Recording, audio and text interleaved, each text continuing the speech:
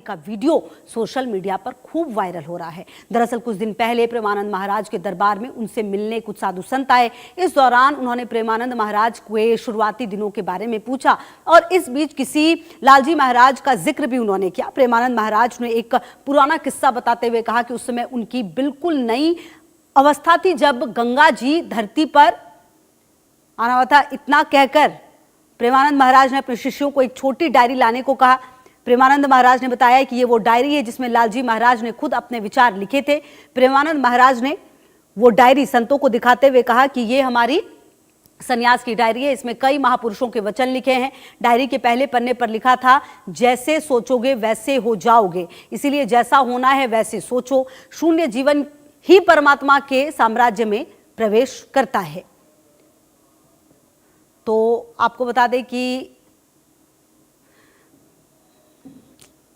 संत प्रेमानंद महाराज की अगर आप देखें तो तबीयत पिछले कुछ दिनों से थोड़ी खराब है और अभी फिलहाल जो पदयात्रा है वो भी नहीं हो रही है। हालांकि बीच में खबर ये भी आई थी कि तबीयत अब ठीक है, लेकिन अभी अगर आप देखें तो उनकी तबीयत को लेकर कोई बड़ा अपडेट जो है वो भी सामने नहीं आया है। लेकिन इन सब के बीच उनकी जो डायरी है उसका जिक्र अब लगातार होता हुआ नजर आ रहा है।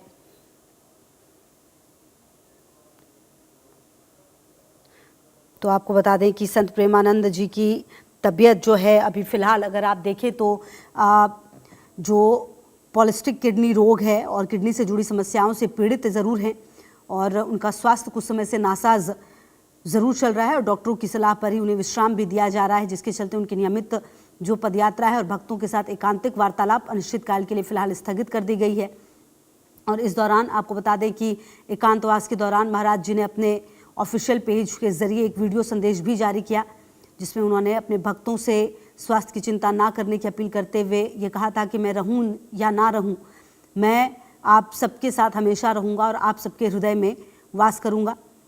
और अगर आप आधिकारिक अपडेट की देखें बात करें तो उन्होंने ये कहा कि मेरी चिंता छोड़िए, श्री जी का ध्यान लगाइए। तबीयत बिगड़ने के बाद 9 दिन से जो फिलहाल अभी पदयात्रा है वो बंद कर दी गई है। और इस पर जो एक वीडियो जो सामने आया जो कि 1 मिनट 19 सेकंड का बताया जा रहा है, रविवार को केली कुंज आश्रम ट्रस्ट के यूट्यूब चैनल पर ये अपलोड किया गया था।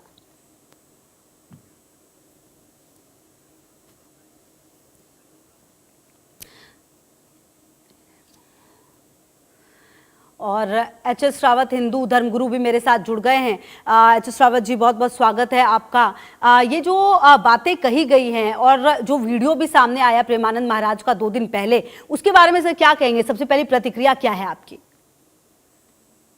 देखिए, क्या होता है कि कोई भी जो संत होता है उसकी जो वाणी होती है, खुशबू जी, जिसके पास ज्ञान होता है वो दिव्य ज्ञान होता है।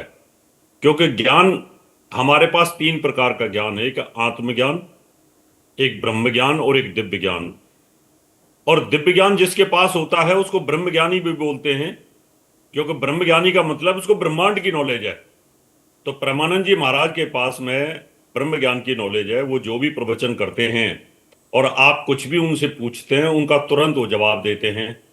तो उनकी अंतर आत्मा से उनके बुद्धि का, प्रज्ञा बुद्धि का लिंक जो होता है वो अंतरिक्ष के साथ होता है।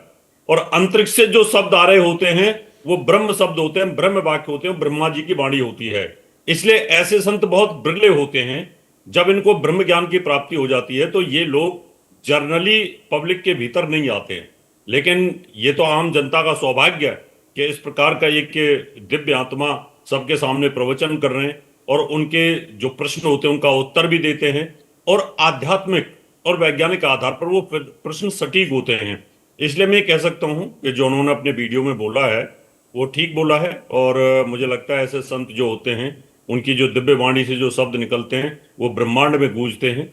और किसी को अपीलिंग होती है कोई चीज, साइंटिफिक अपील करती है वो बात, तो ही जाकर के कोई किसी के चरणों में झुकता है। खुशबू जी, अन्यथा वो नहीं झुकता है। जी।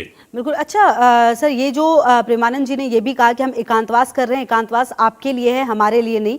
हमारे लिए हम भजन नहीं कर रहे हैं, हमारे लिए हमारा मौन नहीं है। हम आपको सही बताएं तो हमारा जो कुछ होना था हो गया है। मतलब जब इस तरह की लाइन्स आती है, और जो सबसे पहली लाइन की हम मिले ना मिले, बोले ना बोले, हम आप सबको बहुत प्यार करते हैं, ये बहुत ही इमोशनल मतलब करने वाला ये पल ऐसा लग रहा है। और हर कोई बस यही चाहता है कि जल्द से जल्द वो सबके सामने आ जाएं, जैसे वो आते हैं हमेशा। खुशबू जी, सबसे बड़ी बात है, ये बात बिल्कुल ठीक कही है उन्होंने, इसमें कोई दो राय नहीं है। जब आदमी को ब्रह्म ज्ञान की प्राप्ति होती है तो उसकी मर्जी होती है किसी के सामने आए या ना आए, वो एकांतवास में भी उतना ही प्रसन्न रहता है, और जितना कि वो पब्लिक के अंदर प्रसन्न रहता है। पब्लिक के अंदर तो कई बार बंधन होते हैं कि भीड़ ज्यादा होती है, प्रश्न ज्यादा होते हैं, बोलना ज्यादा होता है। और जब आदमी एकांतवास में रहता है और चिंतन करता है, तो वो कहीं ना कहीं उनका जो लिंक है god.com, यानी भगवान की जो वेबसाइट है, उसके साथ उनका लिंक होता है। तो उनके जो तप है, उनकी जो भाषा है, उनके जो प्रवचन है, उनकी जो दिव्य वाणी है, उनको जितना मैंने सुना है और सुनता हूँ, वो लगता है कि उनके पास ब्रह्म ज्ञान है। और आदमी ब्रह्म ज्ञान की प्राप्ति के बाद में उसको कहीं इधर उधर भटकने की जरूरत नहीं होती है। जैसे वेद व्यास जी के पास में ब्रह्म ज्ञान था हमारे बहुत सारे ऋषि, उनके पास ब्रह्म ज्ञान था। ब्रह्म ज्ञान का मतलब ही ये होता है कि आप कुछ भी इनसे पूछिए। अगर आप इनसे ये पूछेंगे कि दो आंख क्यों बनाई भगवान ने, अब कहीं लिखा तो है नहीं भगवान ने दो आंखें क्यों बनाई, दो कान बनाए, दो नाकें बनाई है, क्या मतलब है इसका, दो हाथ दो पैर सबका, तो वो बताएंगे कि इनका वैज्ञानिक आधार क्या है और ब्रह्मा जी का उद्देश्य क्या था इन सब चीजों को बताने के लिए। तो उन्होंने जो कहा है कि मैं मौन में रहूं, सामने आऊं ना आऊं, मैं अंदर रहूं बाहर रहूं, तो वो एक चिंतन और मनन की अवस्था में होते हैं ऐसे लोग। इनको किसी प्रकार की कोई चिंता तो होती नहीं है, कोई सही। डिप्रेशन इनको होता नहीं है। तो ये कोई भी चिंतन करेंगे। अभी मान लो कोई प्रश्न आपने इनसे पूछ लिया जी। और वो प्रश्न उस समय उनको नहीं भी आता है, वैसे तो जनरल ब्रह्मज्ञानी आदमी के पास हर चीज का जवाब होता है, वो चिंतन करते रहते हैं, लेकिन फिर भी उस पर चिंतन करेंगे कि खुशबू जी ने जो प्रश्न पूछा है इसका वैज्ञानिक आधार क्या हो सकता है और आध्यात्मिक आधार क्या हो सकता है। क्योंकि सनातन धर्म दोनों पैरों पे चलता है।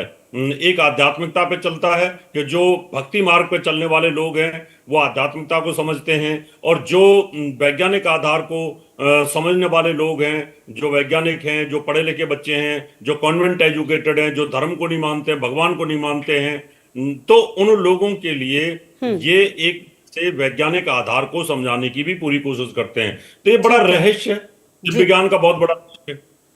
ठीक है सर, आप रहिए मेरे साथ रावत जी, हम आगे भी आपसे बातचीत करेंगे। आप बेहद महत्वपूर्ण बातें बता रहे हैं। मेरे सहयोगी मथुरा से वीर नारायण शर्मा भी मुझे ज्वाइन कर चुके हैं। वीर नारायण, सबसे पहले तो ये बताइए कि प्रेमानंद महाराज की तबीयत को लेकर क्या जानकारी मिल पा रही है, क्योंकि अब उनके वीडियोज जो हैं वो सामने आ रहे हैं और वो वायरल भी काफी हो रहे हैं, लेकिन इन सबसे इतर जो लोग हैं, श्रद्धालु हैं, वो इंतजार कर रहे हैं कि कब ये खबर आए कि प्रेमानंद महाराज ठीक हो गए और जो उनकी दिनचर्या जैसी चल रही थी वैसी बाकी नॉर्मल हो गई है सब।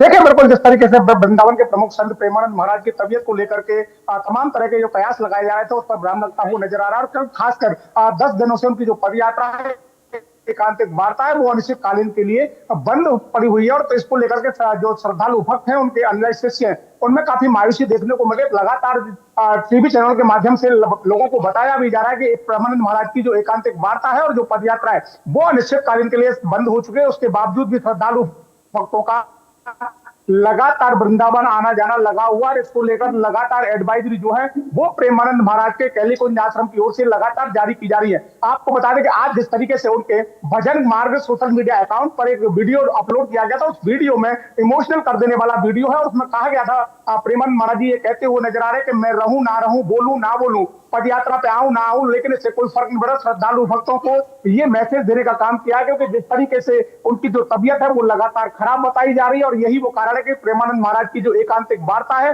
पद यात्रा है, वो अनिश्चितकालीन के लिए स्थगित की गई है। लेकिन जिस तरीके से ये वीडियो उनका सामने आया, इस वीडियो को लेकर श्रद्धालु भक्तों में काफी मायूसी देखी जा रही। श्रद्धालु भक्तों में काफी चिंता की जो लकीरें हैं वो देखने को मिल रही है। श्रद्धालु भक्त मंदिरों में जाकर के अपने अपने